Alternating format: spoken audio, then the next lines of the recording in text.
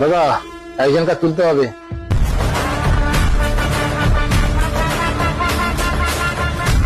কখন ঘুমিয়েছে?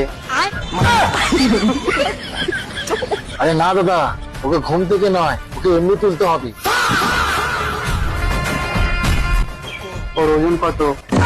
আরে ওইসব কিছু নয় দাদা, ওকে এমনি তুলতে হবে। ও বুঝেছি। কত আছে? হ্যাঁ দাদা, ছবি নিয়ে এসেছি।